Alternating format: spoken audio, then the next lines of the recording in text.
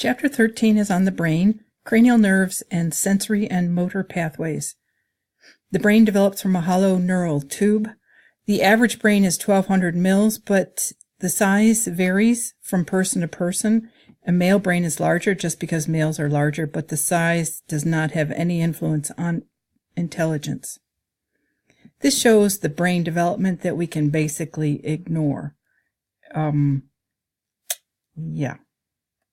So each region of the brain has distinct structural and functional characteristics. There are 4 major brain regions. So here we are coming up the spinal cord, and you hit the cerebellum, and then you hit the cerebrum. And as you're coming up the spinal cord, the first part here is the brainstem, and then deep within the brain is the diencephalon. So here you can see the brainstem, which consists of first the medulla oblongata, then the pillow-like pons, and then deeper into the brain is the midbrain. Superior to that is the diencephalon, which consists of the thalamus and the hypothalamus. The cerebrum is divided into hemispheres, right and left hemispheres, and they're divided. The division is by a fissure. The surface of the brain contains convolutions or folds called gyri, and the grooves, shallower grooves called sulci. Deeper grooves are fissures. An important aspect of the brain is a thin coating, the icing on the brain. It's really quite thin, about 1.5 to 4.5 millimeters, and this is gray matter. It is called the cortex, and its major cortical functions include conscious thought, memory, storage and processing, sensory processing, and control of skeletal muscles. Keep in mind that the processing takes place in the gray matter and speed is in the white matter because that's myelinated axons. The cerebellum, back behind the brain, has about 50% of the brain's neurons, but is only 10% of the brain volume. The main function of the cerebellum is to coordinate motor commands from the cerebral cortex.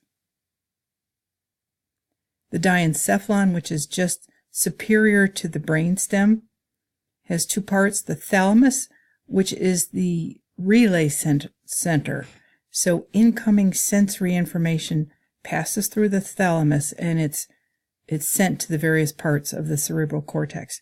And the hypothalamus, not visible here, has autonomic function, maintaining homeostasis, hormone production, and is involved in emotions. The brainstem consists of 3 parts. The first is the medulla oblongata. The middle pillow part is the pons. Here's our pons, and then the midbrain. The midbrain contains nuclei that process visual and auditory information and help maintain consciousness. The pons is basically a relay center sending information up to the thalamus and is important in somatic and visceral motor control. Medulla oblongata, again, just passes axons and information superior to it to the thalamus, but it also is responsible for regulating a lot of autonomic or automatic functions.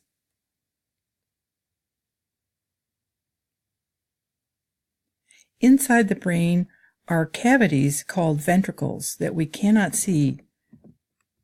They are formed by the neural tube expansion during development, and these are lined with ependymal cells, neuroglia of the central nervous system that make cerebral spinal fluid. There are 2 lateral ventricles, 1 in each cerebral hemisphere. There is the interventricular foramen that connects the lateral ventricles to the 3rd ventricle.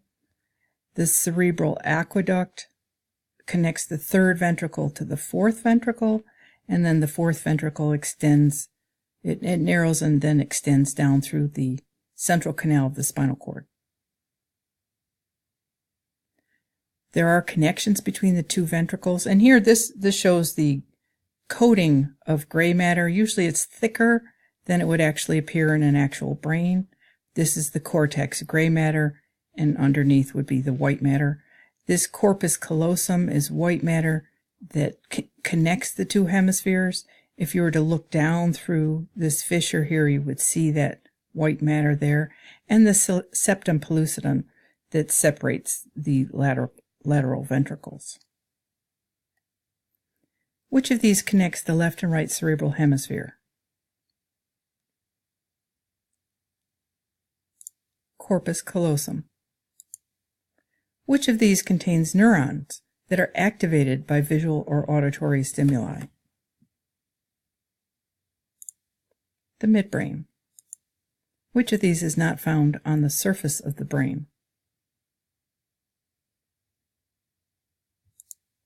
Ventricles.